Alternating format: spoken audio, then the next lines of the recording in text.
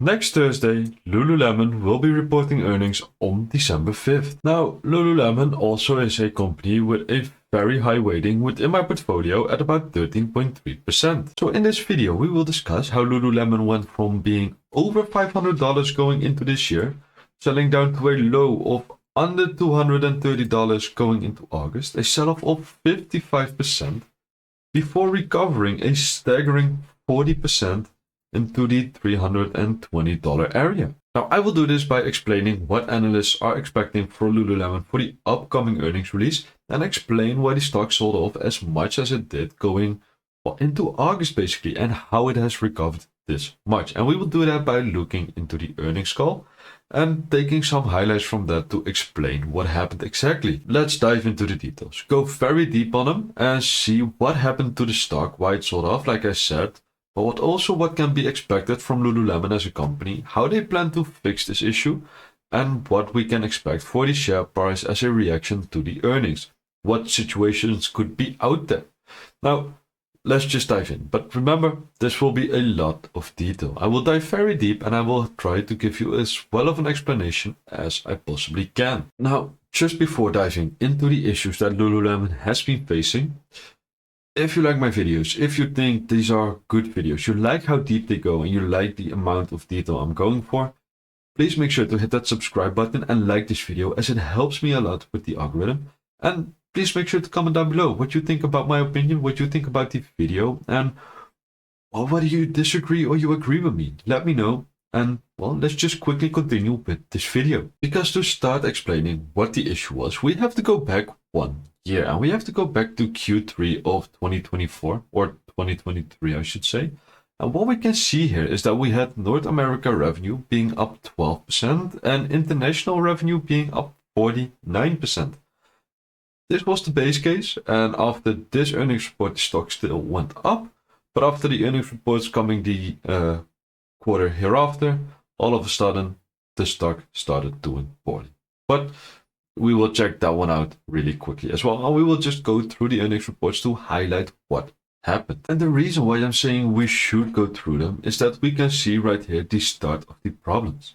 Because when we look at this earnings table, this comparable sales table, we can see in the fourth quarter of 2023, we see America sales an increase of 7%, while this was 12% in the prior quarter, and that started causing issues. Now, what you did have was China mainland growing at 56% in a constant currency or a currency adjusted basis, and the rest of the world at 32%. So total international sales was still growing at 43%. Now, this decreased massively in the priors or the quarters thereafter, and that is what I will show. Because if we then look right here, we have the revenue changes in Q1 of 2024, and this is where we can see some real issues happening. Because what we can see is that in the US, the United States, there was a revenue increase of 2%. Now North America was 7%, and the prior quarter to that was 12%, and now it's all of a sudden 2% in the US, 11% in Canada. That is simply very bad. This is simply awful for a company of like Lululemon having such revenue slowdowns. That's going to be a real issue, and the stock will be punished hard for it.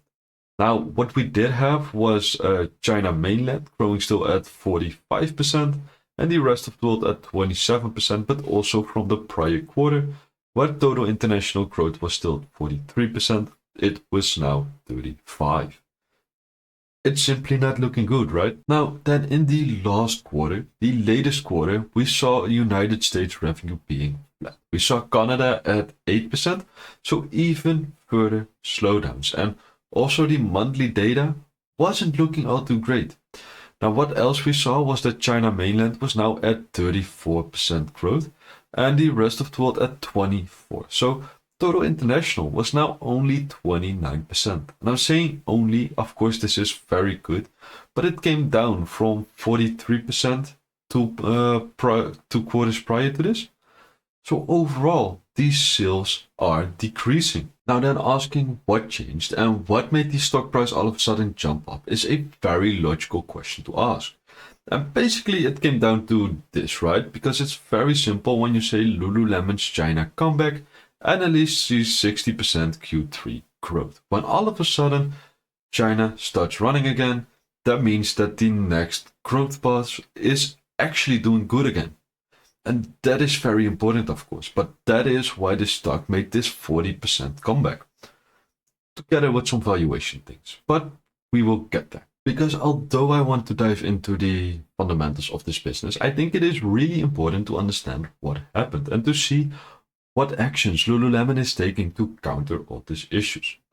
And first, let's start by recognizing the issues, because what they said is in their last earnings call is turning to our business in the Americas, revenue increased 1% or 2% in constant currency.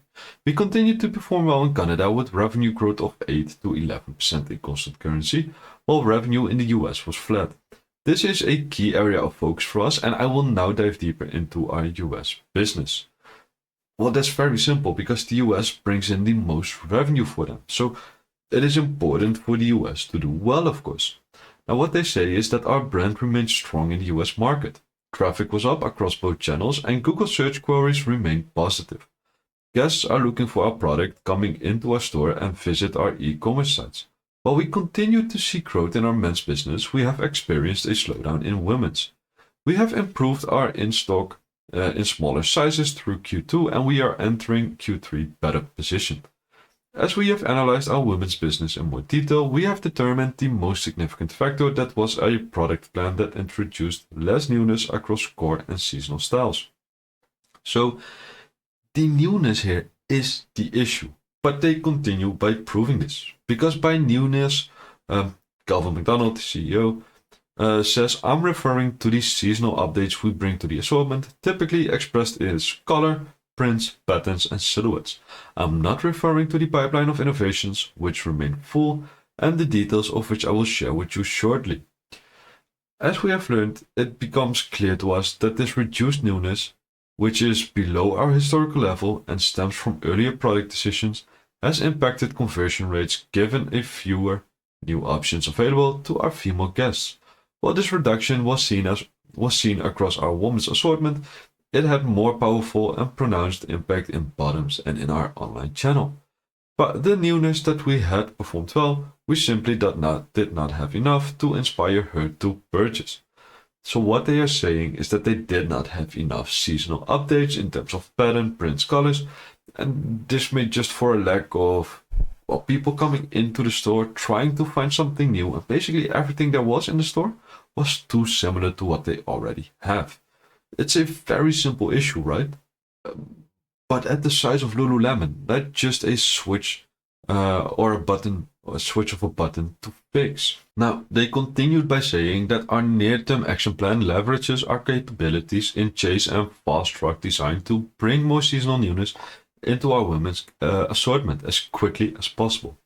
The teams have been chasing into some of our strong performance, including the Align leggings in colors and prints, our Gold Zip Scuba and Soft Stream in new silhouettes and seasonal fabrications. Our fast-track design capabilities allow us to bring newness into our assortment quicker while also testing and learning from new silhouettes. For 2025, we are fast-tracking several new styles within performance shorts, tops, and tracksuits. We are optimistic that we will begin to see the benefit of these strategies over the upcoming quarters and return to our historical level of newness no later than spring 2025.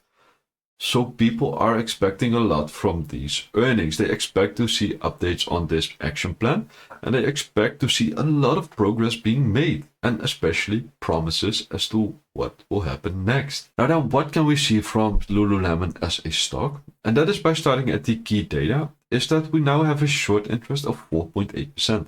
And as we can see, this has been slowly creeping upwards. We saw this initial jump right here, going into the year, into December, and we have then since then been uptrending on the short interest. Quite logical, but even as the stock has bounced, shorts have been increasing. Now we can then see a last 12 months, so a trailing 12-month PE ratio of 24.7, which we can see historically is very, very cheap. We can also see a next 12 months with a forward PE of 22.2, which by the looks of it is also quite low. But of course, I will dive into more details on the valuation metrics shortly. Now we see a market cap right now of 39.2 billion. Once again, it's not the highest it has ever been, also not the lowest. We see total debt of only 1.46 billion, which has been rising, but still is not a crazy number. We see even more cash, so the net debt position is, they have a net cash position. So that is very good, of course. We can see that analysts are expecting revenue growth of 8.5%, 7.5%, and almost 10% 3 years out. And we can see EPS growing right now at 10% for this year. This has been flat to slightly negative, I believe. We can see that for next year they're expecting 6.7% growth and the year thereafter for about 9% growth. So overall, the analyst estimates look good-ish again. Now this is historically low, of course, because we saw that Lululemon has historically been increasing revenues by far more, but at some point they're gonna hit that wall where they just start becoming more of a staple and where the revenue growth just will not be as much as it once was. But that doesn't mean that the company cannot outperform anymore. It can very much stabilize and consolidate. And when we look at Lululemon, this is exactly what we can see is happening. Because overall, when we look at the trailing 12-month revenue numbers, we can see that it is still increasing year over year or quarter over quarter even. So the prior 4 quarters revenue summed up together, we can still see that this number is still going positive. So there is no expectation of negative revenue growth. We can also change this to the quarters. And also right here, we see that we have this peak, which happens every year, which is reported in Q1. So this will be the Q4 numbers. But we can see that that happens every year. Now, overall, we can still see that uptrend in revenues, but we can see that it is curving out a bit. It's flattening out somewhat, and there is no issue in doing so. But that does mean that this is going from a growth stock into more of a value stock, or just like I said, a slower grower staple. But once again, that's not an issue whatsoever, as long as they keep growing and as long as they keep their revenue growth positive. And that is, in my opinion, exactly what they are doing, and they know what changes they need to make in order to fix the business again. But like I said, the stock has been punished very hard for missing the revenue estimates or slowing down their revenues. And what we can see is that going into 2024, we had a forward PE ratio, a next 12-month PE ratio of 37, which admittedly is quite high. And over the past 10 years, we can also see that the average PE ratio, the average forward PE ratio for Lululemon has been 35.8. So this is a very expensive stock, although that average comes a lot from the pandemic, right? We can see that over there, the valuation of Lululemon has simply been very high. Now, also running into it, so ever since 2019, I would say, up to 2022, this stock has seen incredibly high valuations. After that, it somewhat came down towards this 30 to 32 level. And right now, after they missed their revenues or revenues started slowing down, the stock had absolutely collapsed, and with it the forward valuation, the forward PE valuation. Now we got as low as a forward PE of 16 in August. And right around that time, I saw some people making videos like, oh no, Lululemon is still too richly valued, it's still way too uncertain, and we will need to see this forward PE metric go down to at least 12.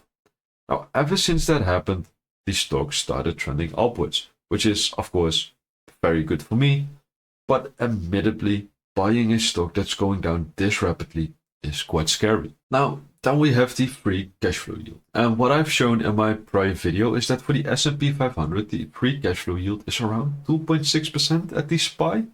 So right now we can see that Lululemon is trading at a 4.3 free cash flow yield compared to the market cap. So this is over 1.5% higher, while the growth isn't necessarily slower. Even better, I think, in going into the future, looking into the future, the growth prospects for Lululemon are way better than they are for the S&P 500. So having this free cash flow yield, that kind of makes no sense, right?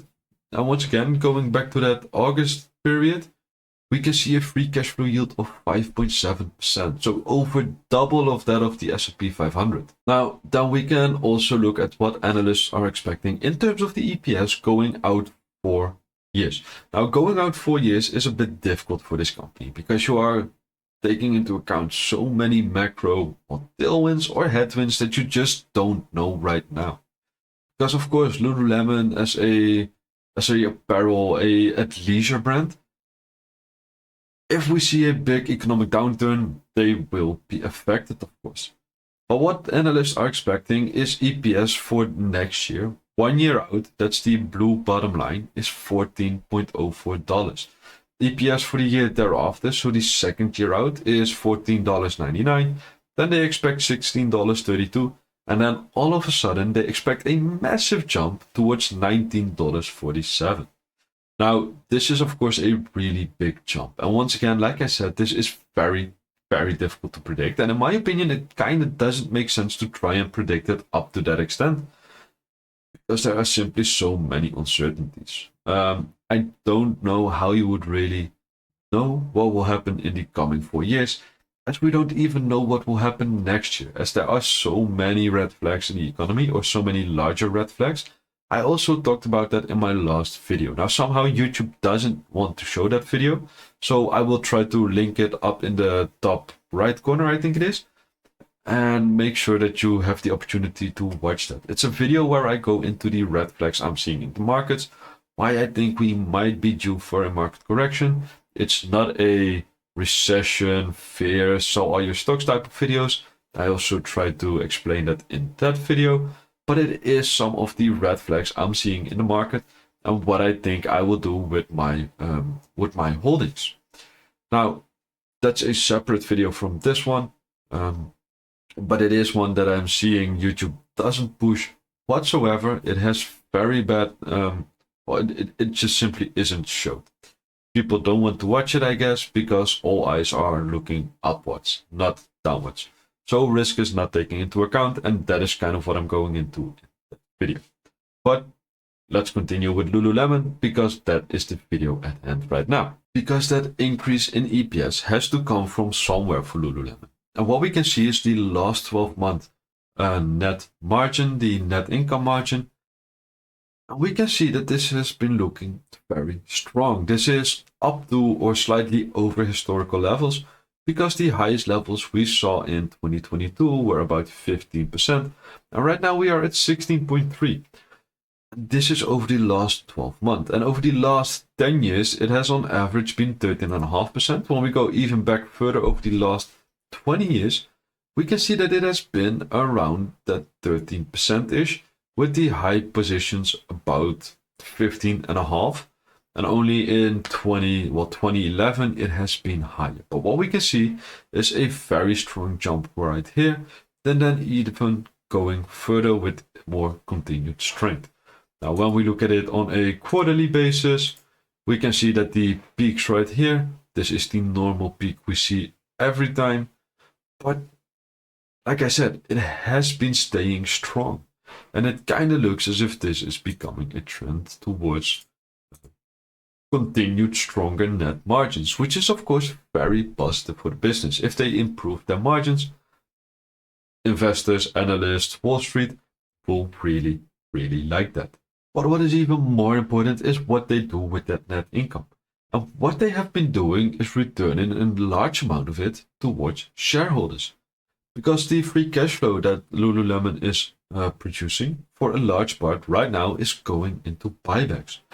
Because if we look right here in this latest part, we can see that the curve of the shares outstanding is just starting to curve down quite aggressively. We can see that they are buying back loads and loads of stock.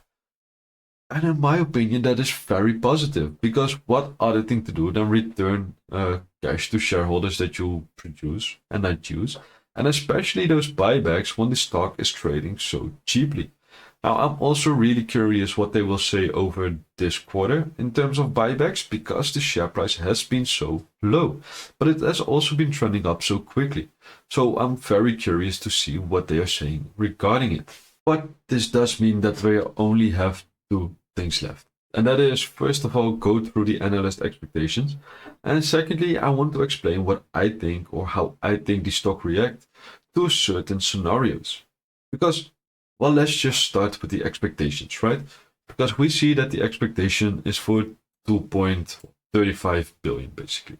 It's a 6% year-over-year change, and we are expecting gross profits of 1.357 billion. 8% year-over-year change. So the expectation is for gross margins to improve slightly.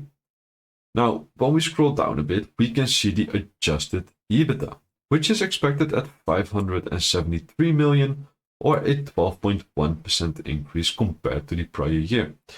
An EBITDA margin of 24.3%. Overall, I would say quite good.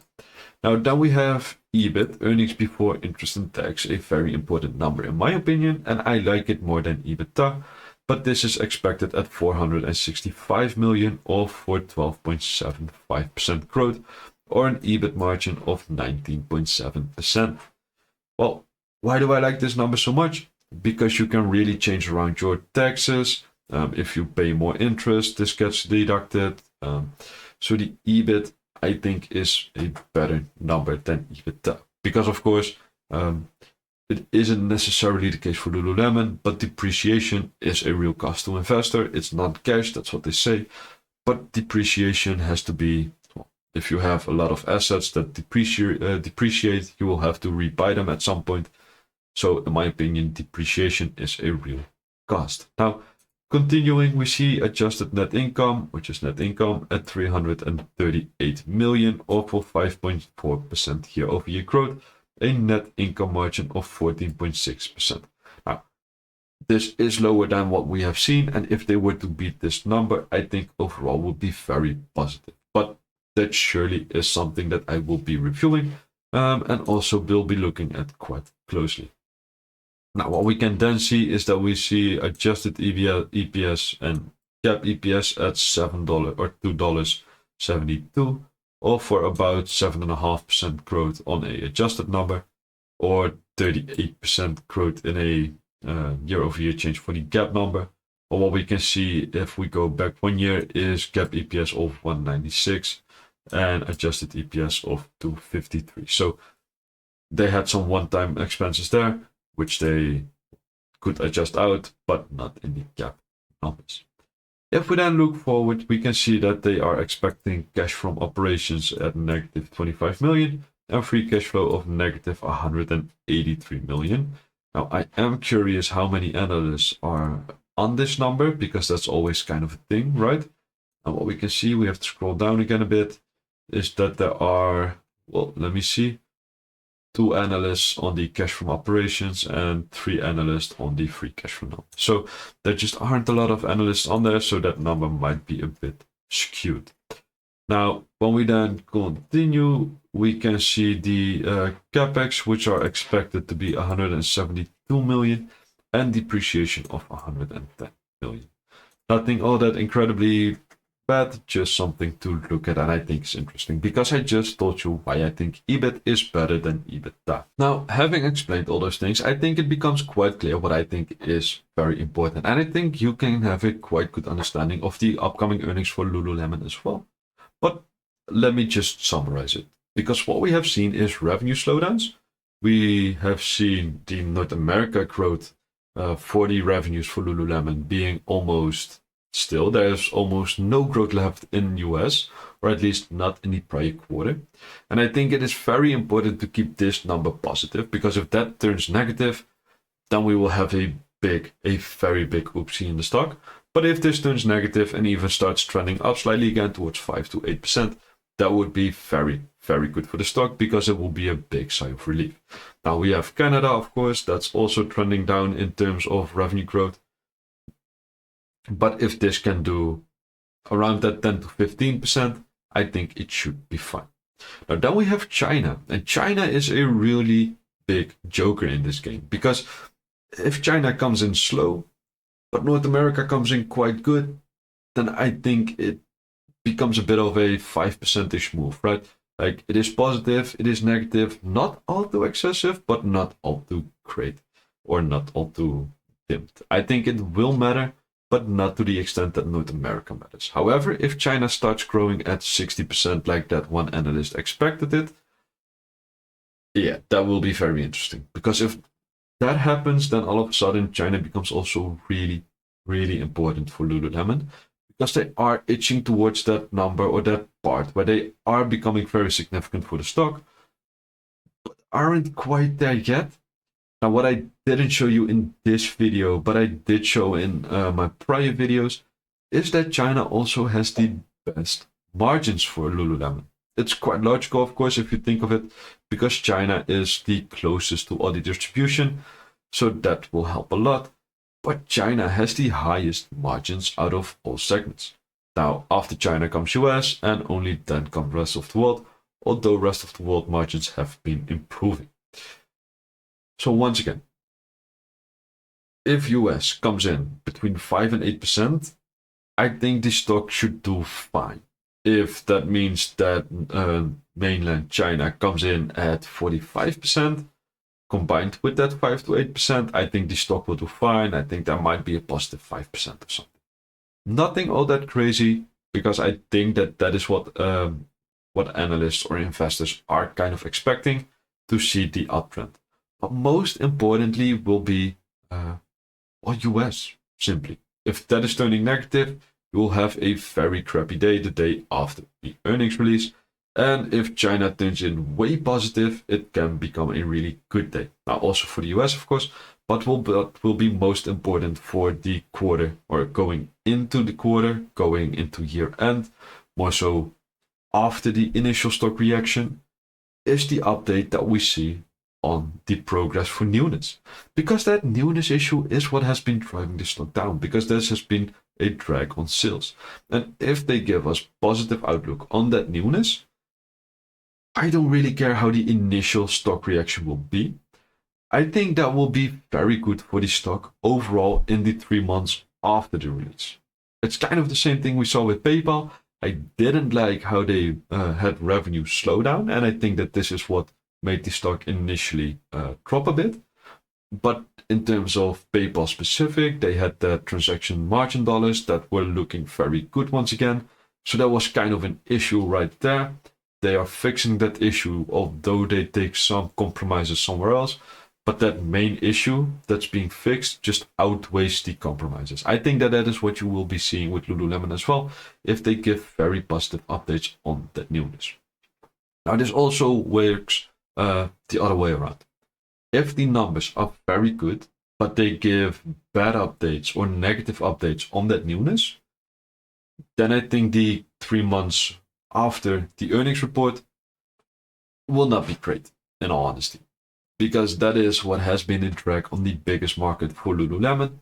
So if they do not come in with positive updates on it, that will be painful for the stock. Now, the other reason why that will be painful is that then the estimates for the revenues, maybe for this year or next year, I guess, will be going down. You can see that they already have been going down. I should take this one, the next year, out.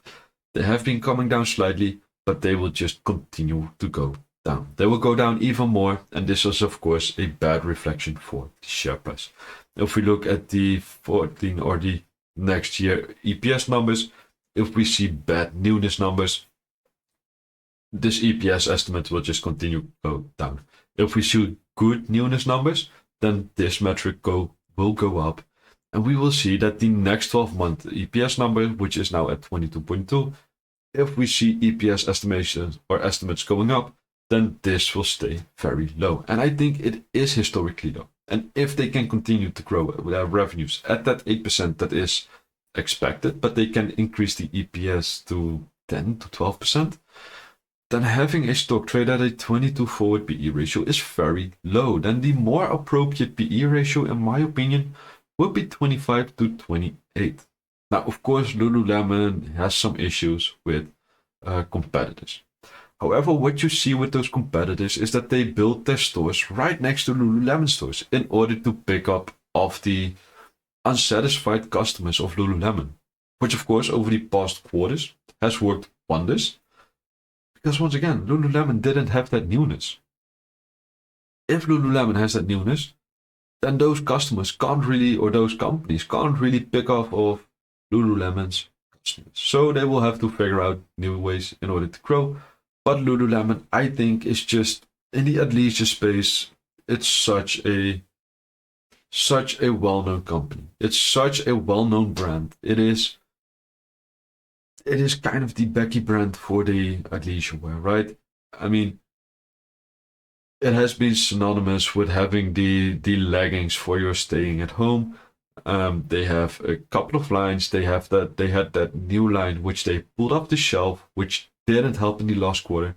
They said the fabric worked wonders, but the way it was constructed just didn't work. They learned from it. They pulled it. It wasn't that big of a launch. It was a test launch, and they said the fabric will come back in the ending of 2025, I think, because the responses to the fabric were great.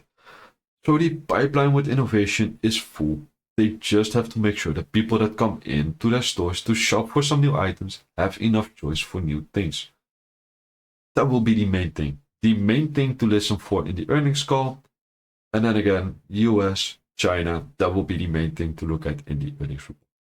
Now that was it. Thank you for watching. If you like this deep dive into Lululemon, make sure to hit subscribe and give it a thumbs up on this video and let me know what you thought. If this is completely unrealistic, if I'm just rambling on a lot of nonsense, let me know what you think, and I hope to see you in my next video. Bye.